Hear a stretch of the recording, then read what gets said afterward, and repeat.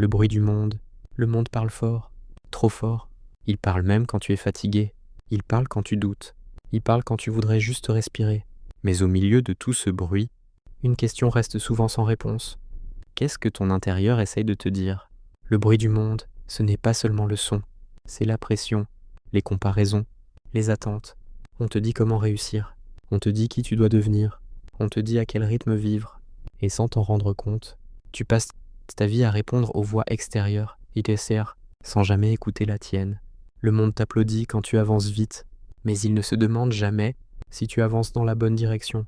Le silence fait peur, parce que dans le silence, il n'y a pas d'échappatoire. Dans le silence, il y a la vérité, les blessures qu'on a cachées, les regrets qu'on a étouffés, les questions qu'on a repoussées. Alors on remplit le téléphone avant de dormir, le bruit dès le réveil, les distractions pour éviter de penser. Mais plus on fuit le silence intérieur, plus il devient lourd. Beaucoup de gens ne sont pas fatigués physiquement, ils sont fatigués intérieurement. Ils vivent, mais ne se sentent pas vivants. Ils parlent, mais ne se comprennent plus. Le bruit du monde remplit les oreilles, mais laisse l'intérieur vide. Et ce vide n'est pas un manque de choses, c'est un manque de sens. Pourtant, le silence intérieur n'est pas un ennemi, c'est un refuge. C'est dans le silence que tu comprends ce qui compte vraiment. C'est dans le silence que tu entends ce que tu ressens vraiment, pas ce qu'on t'a appris à ressentir. Le silence ne te rend pas faible, il te rend clair. Quand le monde se tait, tu redeviens présent à toi-même. Il ne s'agit pas de fuir le monde, il s'agit de ne pas s'y dissoudre. Tu peux écouter le monde sans lui donner le contrôle de ton intérieur. Tu peux être entouré de bruit tout en restant calme à l'intérieur.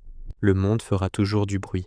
Mais toi, choisis d'être un lieu de silence, parce que celui qui protège son intérieur ne se perd jamais à l'extérieur. Et quand tu ralentis, tu découvres que tu n'étais pas en retard, tu étais simplement ailleurs, ailleurs que toi-même. Écouter son intérieur, ce n'est pas abandonner le monde, c'est apprendre à y marcher sans se perdre. Car celui qui se connaît en silence n'a plus besoin de se prouver dans le bruit. Le silence intérieur ne se crie pas, il se cultive, un pas après l'autre. C'est un espace où tu n'as rien à prouver, rien à défendre, rien à expliquer. Dans ce calme, tu comprends que ta valeur n'a jamais dépendu du regard des autres. Le monde t'apprend à courir, le silence t'apprend à être.